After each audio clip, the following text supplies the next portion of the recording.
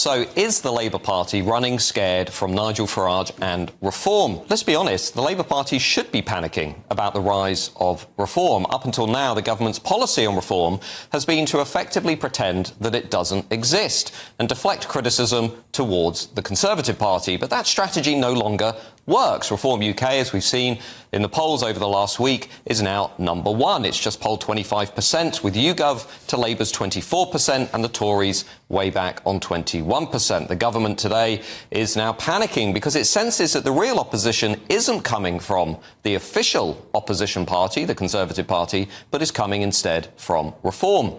And today's events in Parliament barely scratch the surface. The Guardian, for example, has reported today that a backbench group of Labour MPs are now applying pressure on Keir Starmer and his government to get immigration under control because their seats are under threat from reform.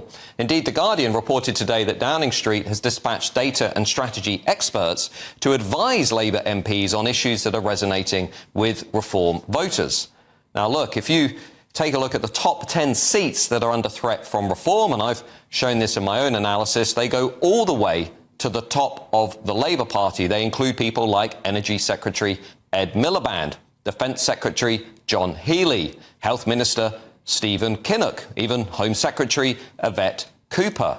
So what are the key issues reform voters really care about? Well, we know that they really care about immigration. They want legal immigration lowered and they want illegal immigration stopped. So what has Labour promised on these issues? Well, look at legal immigration.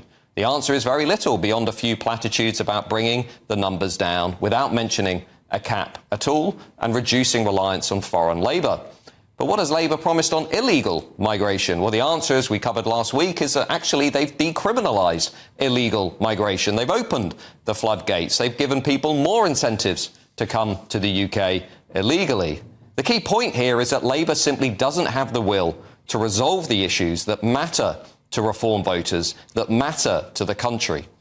In other words, the Reform Party isn't going anywhere anytime soon, and it only shows signs of continuing to lead the national polls and change the national conversation.